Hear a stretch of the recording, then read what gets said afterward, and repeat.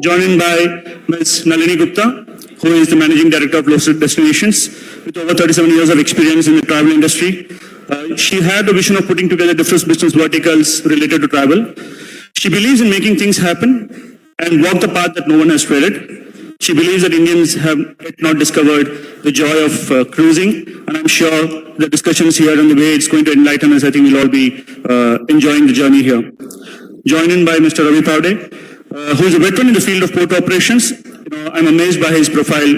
It's over 46 countries, managing port operations, 219 ports, 4 carnival brands, 1,100 port calls a year. Wow. Now across the globe, and he's here to share his global rich experience with us on this journey today. Commander Neville Malau, I think a man who has been very strong on expertise on operations and contract management for cruise and naval ships, including U.S. military global mobilization operations. With a quick round of that introductions, I think without much ado, let me start this session by posing the first question to Arun. I think the closest to the technology and also leveraging upon the seat is next to me, so I thought I'll take the privilege of asking the first question. So, Arun, the industry is evolving, technology is evolving a lot, and technology is seen as an enabler of businesses. How do you think technology has transformed the way of doing business, and especially in the cruise industry, in capacity building, productivity improvement, terminal infrastructure, and others? Yeah, thanks, Arun. And we have been talking about the growth potential in the cruise tourism space here in India. And growth actually comes from experience of domestic and international travelers, experience of cruise lines that are representing different countries and coming to India. In today's world, growth in technology will go hand in hand. So, we have to ensure that the experience of people coming in is, up to the mark and as per the global standards and practices. So, from a technology standpoint, I think there are 4 typical areas which will have an extremely great impact as we look at the overall operations. First is automation of processes and automation for visibility in terms of how, and which will basically help in effective planning and preparing for disasters and and failures. The second important thing that we can do is through use of technology is improving the top line of the business, which actually looks at monetizing of the infrastructure with zero revenue leakages. So we can talk about a lot of use cases here as well. Third is all about efficiency. So how we can basically use technology to run our assets and efficiently. How can we make sure that there is how we can make sure that the unutilized capacities of the infrastructures are fully utilized, because this is extremely capex intensive. And last but not the least is safety of people and assets, and technology can play a major role in ensuring that the assets and the people are safe in that particular environment. For things to run efficiently, I think what we need here, or the need of the hour here, is that we need change champions to be appointed in the ports. So there are 2 specific positions I would like to recommend here that the ports are looking at. One is Chief Technology Transformation Officer, who understands the technology piece holistically, and 2, Chief Information Security Officer, because when we talk about growth, we talk about revenue. It also that industry also becomes prone to cyber threats and attacks. So I think those 2 critical positions, if are there at the port per se, will be able to manage and leverage the full potential of technology in the operations per se. Thank you. Thanks, Arun. I think that was helpful. I think it's just not about technology as an enabler, but it's about the entire ecosystem of setting it up within the industry itself, which may be familiar for many of the people working on the corporate side, but I think being an industry that is emerging, we also need to be aware of the threats that it might lead to. But thank you so much for your info. Now, moving on to Mr. Raj Singh. He's been a pioneer of river cruises here. So I think given that cruising is seen very differently, my question to you is, sir, that it is so different from sea cruising.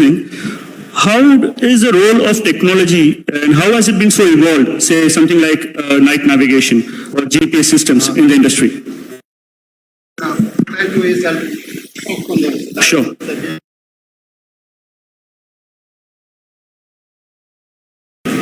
Good morning, everyone, fellow panelists and audience and the Honorable Minister.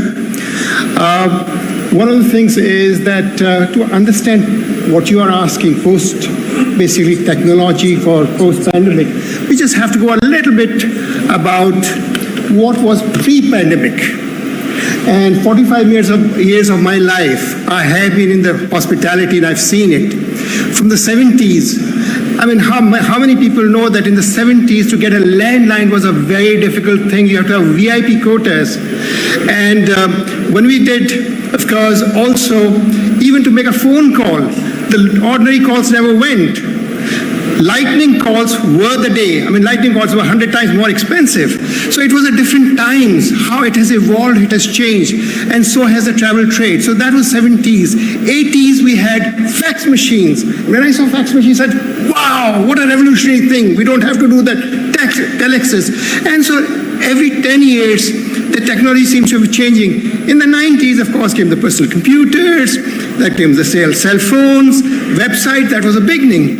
And then around 2007 or 8 came the Android phone. And that changed everything, apps and everything and all those sort of things. And of course, as we were evolving, we had the pandemic. We had the virus. And that actually made the technology move even faster. And what we are talking today is what changed, how it is. So I have a very small presentation just to give you how things have changed. Not only that, but the tourism changed. We were dealing 100% with overseas visitors.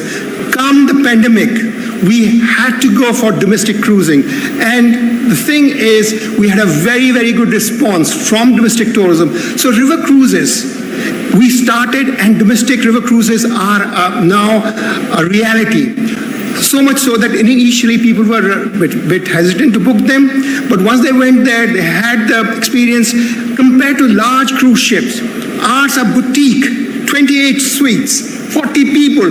They are an environment by itself, as I would show you in my small presentation. So it was a great success, and we had a great response. So much so that now, when things seem to be normalizing, we are not all wearing masks, so things are changing. But of course, this presentation is based on the mask system. Is that we already have bookings for this year as charters, as normal bookings for areas which are there. So a short presentation because the time is short. Of course, can we have the next slide?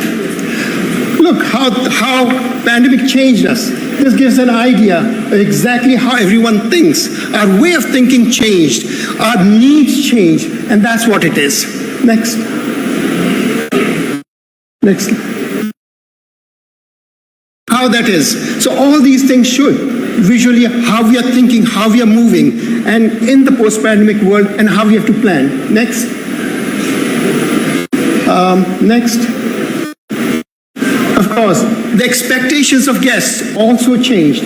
And of course, when you are traveling in a cruise ship, of course, on our river cruise ships, we have our smallest cruises 7 nights. Our longest cruise will be 52 nights. We have to be hygienically conscious, and because we want our guests to be happy and healthy. And so basically, so we were very, very conscious, but after the pandemic, we became even more conscious, and we took all the access, all the information, all the things needed to meet the guest expectations. One of the questions which Arunji asked me was, how are the night navigation facilities and all? Just to let you know, on our rivers, the Inland Waterways Authority of India has a very good system of night navigation. So during even the COVID time, we did night navigation. Our ship sailed with domestic tourists. And we also used the jetties of KOPT with shore power connections. So we did continue, of course, instead of 3 ships, we had 2 ships operating, but we did. So all the systems do exist in National Waterway Number 1, National Waterway Number.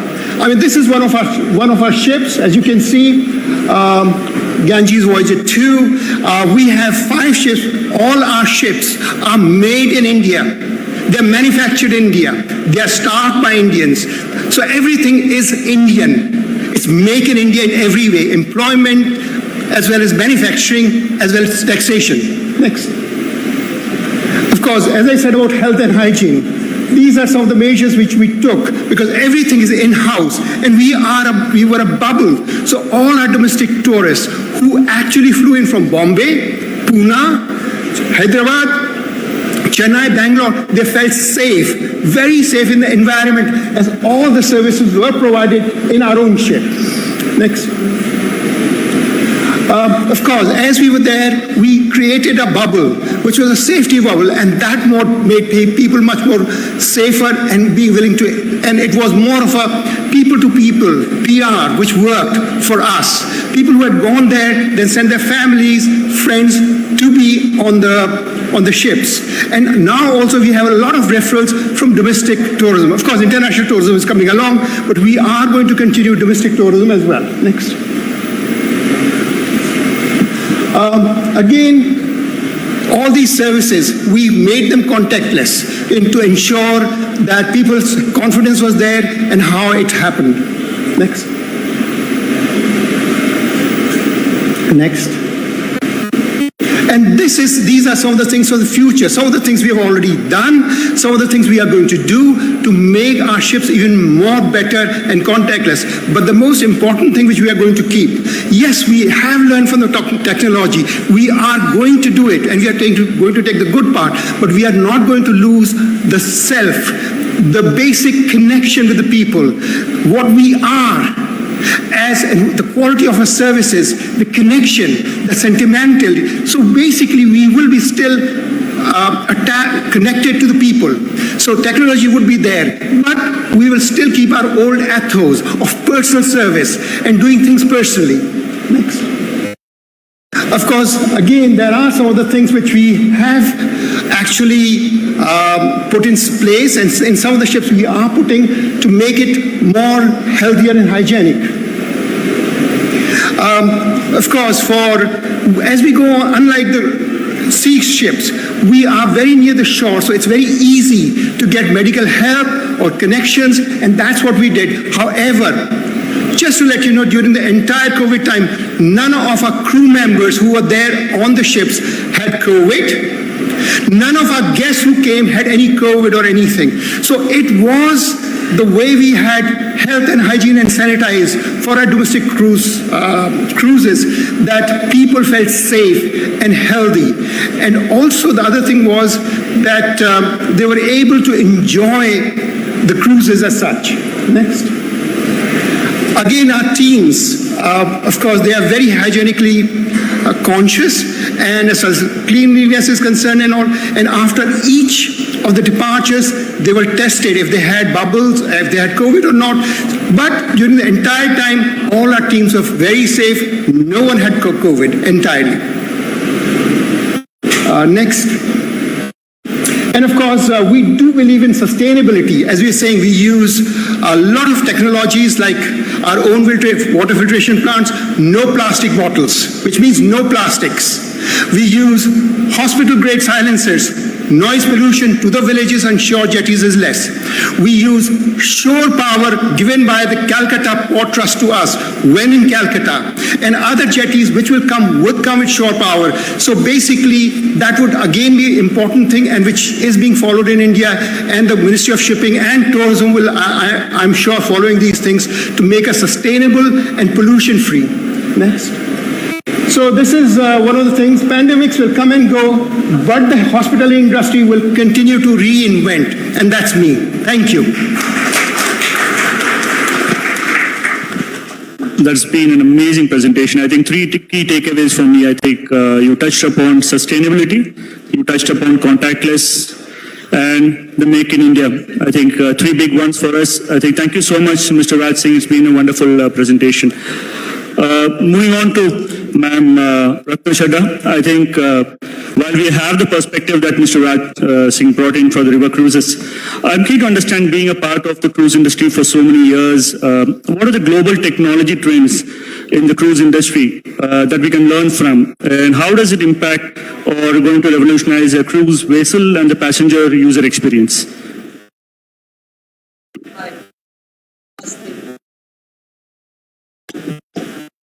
and good morning to you all, or is it good afternoon, nearly? So we are very happy to be here, and thank you for this platform to give us the opportunity to interact with peoples, because that's our business. You can be as technologically advanced as you want, but that connect has to be there with people. We are not factories, we are not manufacturing anything. We are dealing with emotions, sensibilities, experiences, and therefore that people connect needs to be there. Anyway, having said that, I think today there's nothing that's global. Everything is global. It's the borders have collapsed. We are one world, and whatever happens in the world over, I think India is very quick to follow, and we have done that, adapted, or sometimes we are the pioneers, and whatever is happening globally is happening here. I was just talking to my friend Yogan a while ago, and I think we are pretty much advanced in whatever we do. Having said that, talking about technology and the cell phone, I was just noticing today, I'm just going away a little deviation from the question, but I was noticing when the cultural program was on, each one of us was on the phone. That cultural program could have been anywhere, sans this place, and we could have watched it. So the phone today in your hand is apparently seems to be a very important tool. So everything that we do on our ships and in our lives is all controlled by this phone. I don't know what's going to happen tomorrow. Maybe we'll have a chip somewhere in our system, like a pacemaker, where you'll know before even you step into a different environment or whatever. You'll know about the weather, you'll know about the clothes, you'll know about your temperature. And medically, how fit are you? Can you go on that cruise or not? Are you COVID constrained or whatever the next, I hope not, next virus is going to be? I don't know. So really, the experience, I think we've taken away a little bit of that experience from our passengers, but we've given them health and safety, which is paramount today. So what we are doing on our ships is basically everything is technology-fied. Everything is on the app, and I think here as well, the Indian, our domestic cruise line is also following the same application. You can check in the minute you book your cruise. You can do your check-in and get all your information at the click of a button. You upload your health and safety requirements, that are the protocols that are required. The minute you get to the pier, everything is digitized there, and all you need to do is just show your certificates or the app, and you're checked in, because your passport, your photograph, your thankfully it's not father's name and mother's name as we do here filling up the forms in India, but everything is uploaded. You don't even need to collect your key from the person who's checking you in. You get into your ship, the key is outside your door. We've got technology now where the key is in your app. You don't even need to pick up that physical key. You can control your entry into your room through your app, and everything within the room, your cabin, is all digitized. So much so that the security drill that we normally is mandatory for every passenger to go through on the ship is also digitized now. You can go see that on your TV screen. All you need to do is just go with your CPass card and check in to the muster station that is allocated to you, so people know that you have mandatorily gone through the exercise. So there's expedite boarding. The security drill is digitized. You've got digital keys, or your apps work for that. Your stateroom information, everything, even your shore excursions, your speciality, anything on board the ship, you can go through the app and book all of that. I mean, so much so, I hope we don't become robos. Tomorrow, the button will say walk, you click that button and you start walking. I mean, I hope we don't lose our minds, really. I come from an era, like Raj Singh just said, where telephones, you had to wait for years to get a telephone connection. I come from that era. Now I'm scared that I've become a robo. I'm just doing what I've been asked to do. I can't even ask a question if I want to because it's so digitized. Everything is there. So where is the connect? I'm going the other way around. So I need an answer. Are we going to go this route? We are not going, that's what I said. Okay. We are going to be connected to people. We will take what is good, but we are going to be connected. That's our business, because tomorrow you'll say, why do we need to travel? We can see everything digitized. Hello, it's not the same experience. That's why we are all here, I think, today, to connect with each other and not take away that emotional quotient that we have. That's the reason why we travel, to see things from our own, life. We don't want to see it digitized. At least that's my take. So, as far as I'm concerned, everything that's global is domestic. Everything that's domestic is global. Thank you so much, ma'am. I think it reminds me of that famous tagline, connecting people, right? I know of the famous company there, but echo the thoughts, and thank you so much for your inputs. And going on to Ms. Nalini Gupta, I think somewhere relevant. I think ma'am covered a bit on the port infrastructure in terms of what can be done. My question to you is, how do you think we can leverage what has been done globally in terms of port infrastructure? And how do you think the global cruise industry is trying to remain competitive, especially using technology? If you can throw some light on it, it will be much helpful.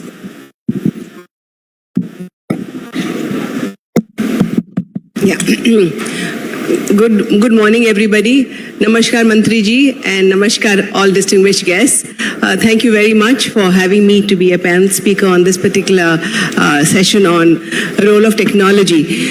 In fact, I'm happy to be a panel speaker on anything to do with cruises, only because I passionately believe that India literally has been waiting for a long time to be in this space.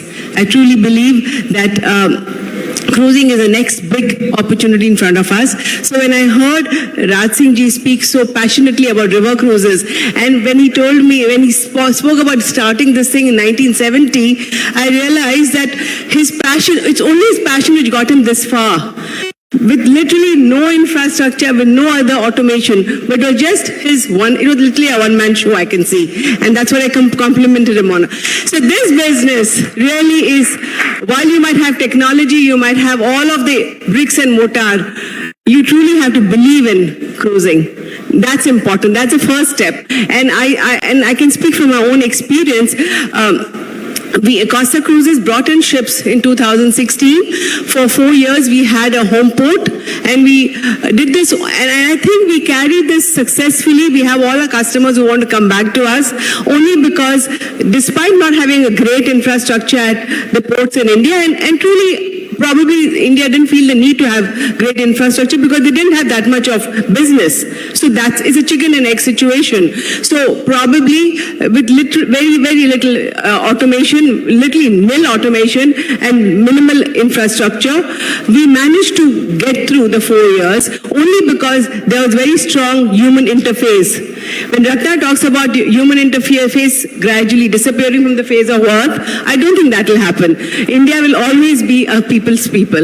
It will always be a people's country where you can connect with people and still ask for help and get it done. If you are on the right track, you will get help. If you're passionate about it, definitely you will get help. So I got help all along. In fact, my whole team got help very well, and we ran a very successful 4 seasons of Mumbai home boating. Unfortunately for us, COVID came in, things changed, and again, going back to Ratna's point about everything turning virtual, there were a lot of virtual meetings which happened during the pandemic.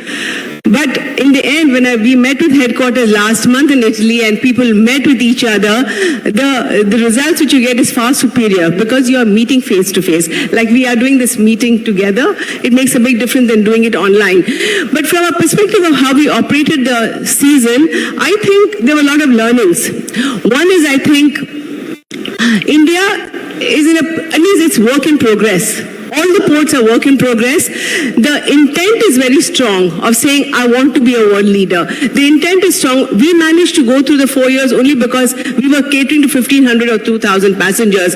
When you're talking about a target of 4 million passengers, then you need to definitely have good bricks and mortar. You definitely need to have automation. And I think you can't escape that.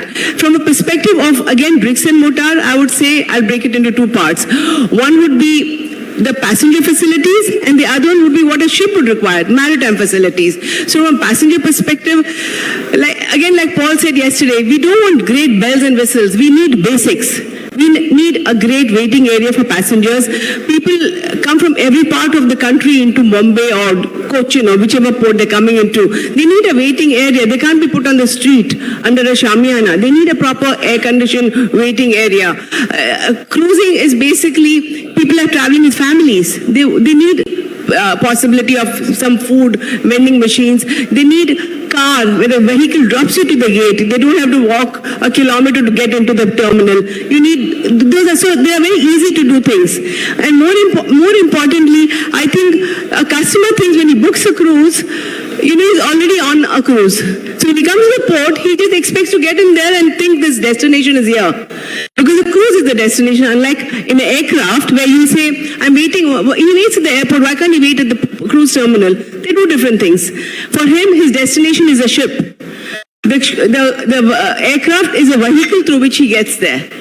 Whereas it's not a transport method. I'm getting there because I need to get in there. So therefore the destination is from the time he reaches the port. So he needs all of that. From a maritime perspective, what do I need? I need to make sure the berths are there. 2 or 3 berths. If you're looking at a big target number, you can't do 1 berth. You need 2 or 3, minimum 2 or 3 berths for ships to be able to come in at a time.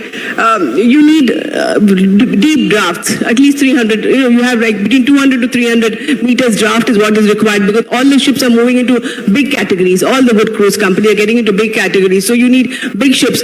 Our smallest ship now has a 3,100 passenger capacity. So therefore, to be able to cater to those kind of numbers, you need large berths. You need suppliers, place to onload food. Similarly, you need maintenance of the ship. So all of this is in a short window. 12 hours. I have 12 hours, 14 hours.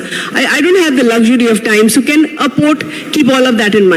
So we require all of these things to be done. And I'm sure all the ports in India are doing it. But everybody from an international cruise perspective wants to know when will it be ready? I can't just say, okay, it's going to be done. But when? Because ships get assigned to different itineraries years in advance. So if I have to plan for an itinerary in 2024, am I going to be ready by 2024? Or are you at that time still work in progress? So we need to convey that clearly to various international companies so that they can assign ships accordingly. So in terms of infrastructure, I can speak a lot more. But coming down to, I just spoke about the gist, but coming down to technology is still going to be just the enabler. Absolutely. Technology is a given. In fact, thanks to, let's look at it positively in terms of COVID. Thanks to COVID, everybody accelerated the automation process. So let's look at it positively. So we have got accelerated that. In terms of being competitive, I think every cruise liner will have all the same web check-in, your boarding cards will be scanned. All of these things should be there at the ports to be able to using the scanning machines. And more than anything else, very heavy security to be in place through strong technology scanning machines. The ships need to make sure, these are expensive ships which come to your ports. We need to make sure that these ships are safe and things which are getting onto the ship, which means human beings and their baggage, is safe. So the ports need to invest in very, very good scanning machines in terms of to protect these ships and protect everybody around as well. So we need to do all of that. Again, in terms of technology, things like using the mobile, using the various web apps, using Internet of Things. You'll have thermal scanners everywhere to measure your temperature, bands to measure what's your pulse rate, your oxygen rate. All of these things are going to be a given in that sense.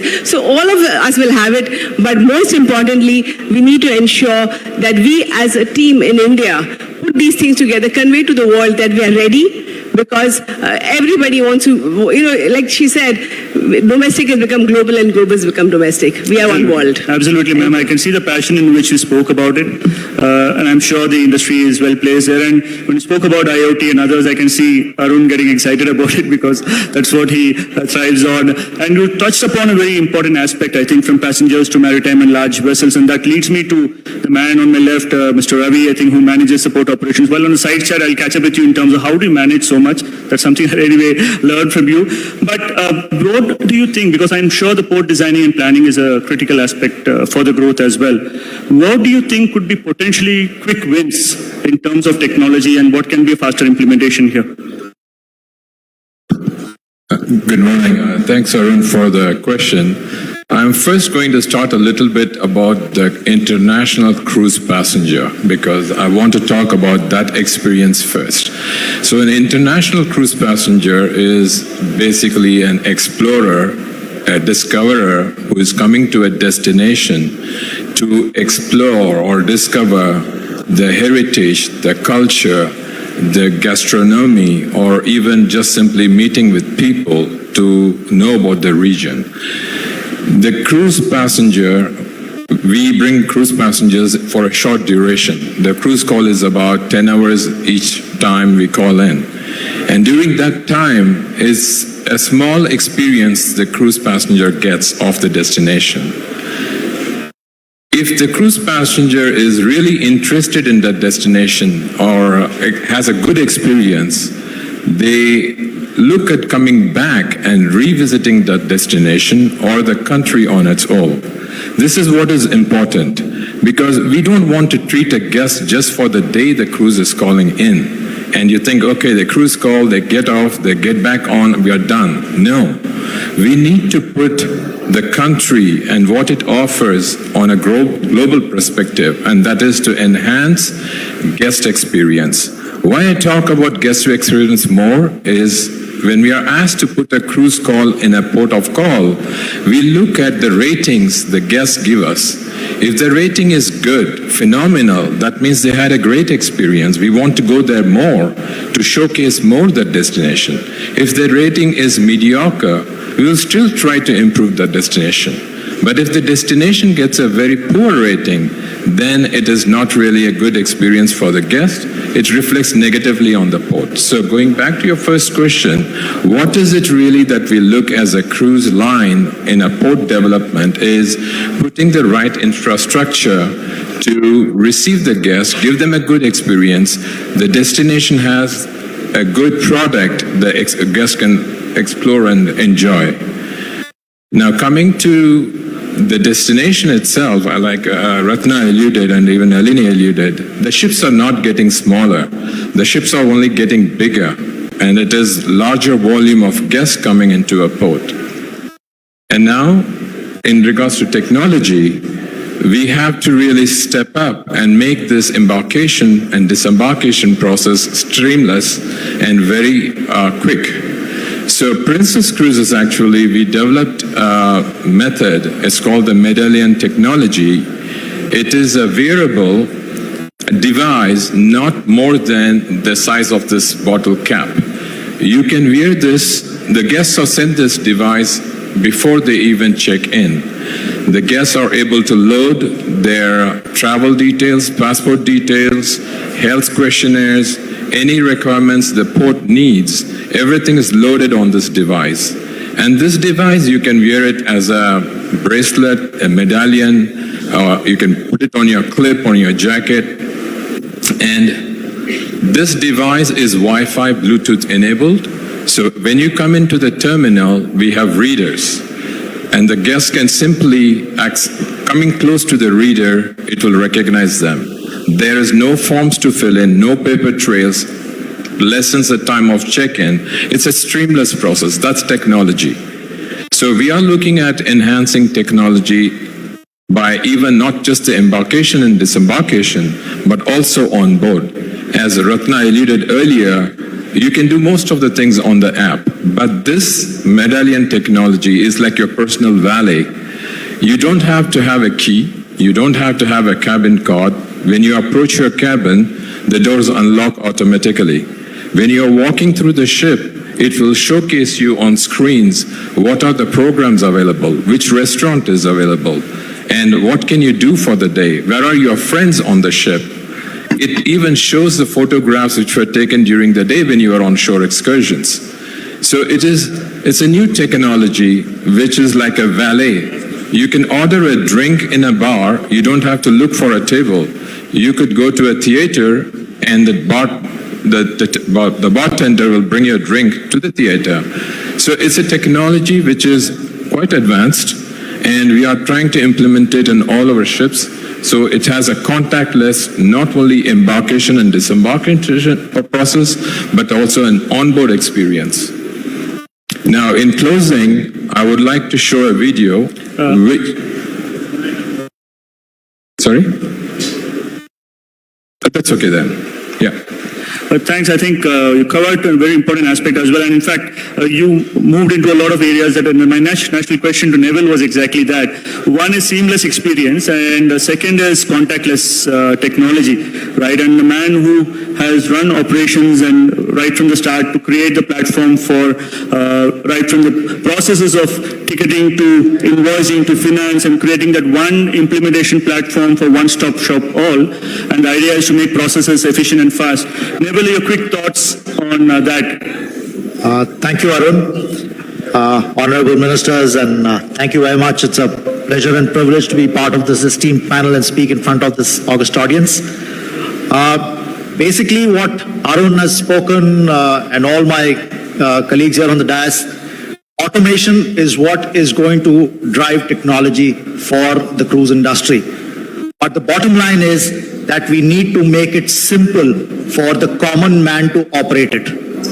We need to understand that the large amount of automation that we are bringing in is basically calls for an involvement and commitment from the passenger and various agencies to upload that kind of data or biometrics or whatever is required to run that automated system.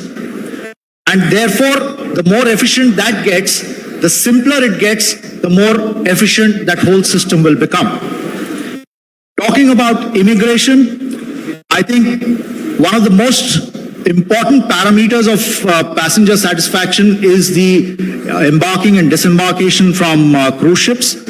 And we need to understand and be aware of the fact that there is no compromise to national security.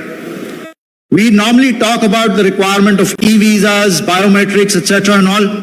We need to understand that biometrics will need to be taken or measured at either the time of issuance of the visa or on arrival. So if you want an e-visa, we have to be prepared to give your biometrics at the port of arrival. Yes, the systems at an airport are much more advanced. They are used frequently, and therefore people are more aware and comfortable with its usage. It will take a little bit of time for the seaports to get acquainted with it. And so, like for example, passengers coming for a transit call to a port. What is the requirement of immigration? It's basically to ensure that 1,462 passengers have disembarked and 1,462 passengers have re-embarked. And therefore, you could use it by mobile scanners, you could use various other quick facial recognition technology and whatever to expedite that process.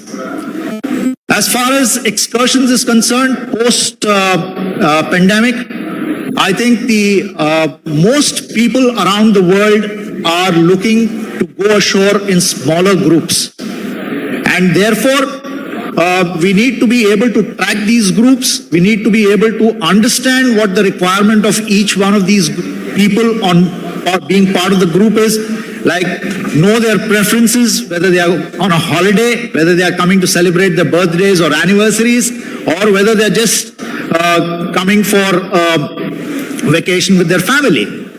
And there are apps which are available in the world, like an Uber for guides in the world, where the passenger gets connected to a particular guide at a particular place, which can be exploited. And of course, again, the database needs to be generated for that.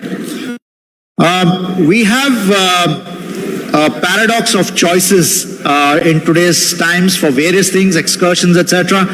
And therefore, we need to reduce that and keep a limited amount of choices available to the passenger so that his choice making becomes that much easy. Thank you so much. That was very philosophical in the paradox of choices, Neville. I think absolutely more the choices, more spoiled we are. But at the same time, you touched upon an important aspect of data and data security, which is the paramount importance. It's been a very interesting session. I'm sure that many of you would have been here, privileged to have some of the insights coming from the best in the industry. Thank you so much for your time and giving your valuable insights. It's been a pleasure moderating this session. And thank you once again for joining the panel. Thank you very much, gentlemen. As we conclude, we would love to appreciate by presenting mementos, request Madam Patwardhan, Senior Deputy Secretary, Mumbai Port Authority, to please do us the honors. Our esteemed speakers, beginning with Commander Neville Malau, Vice President, JM Bakshi and Company.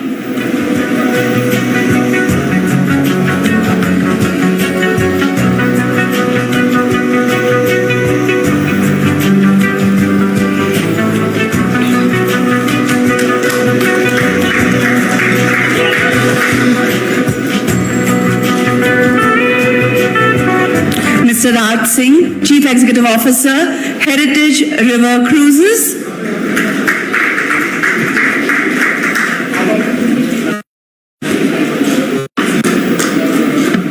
Madam Ratna Chadda, Chief Executive Officer, Tirun Travel Marketing India Representative, Royal Caribbean Cruises Limited.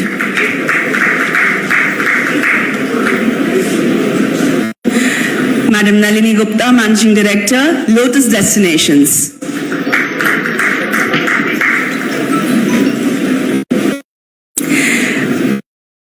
Mr. Ravi Pawade, Regional Manager, Port Operations, Western Europe, Africa, Middle East, Indian Ocean, US California, Holland America Group. Mr. Arun Badukoti, Practice Lead, Network Transformation and Application Modernization, India and SAARC Cisco. And the session moderator, Mr. Arun Kumar Iyer, Senior Director, Business Intelligence and Risk Solutions, CRISIL.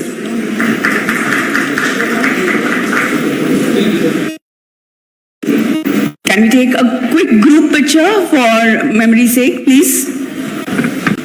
Gentlemen, ladies, please.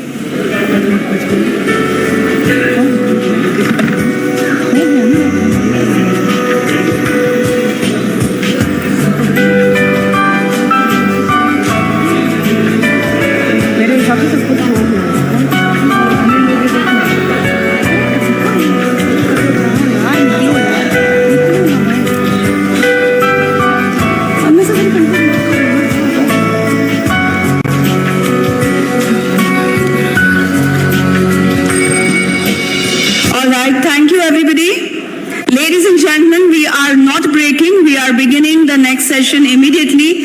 Please remain seated on your seats. Sorry, I have something to say. Why can't you speak right and send to us right now? Sorry? I didn't get you.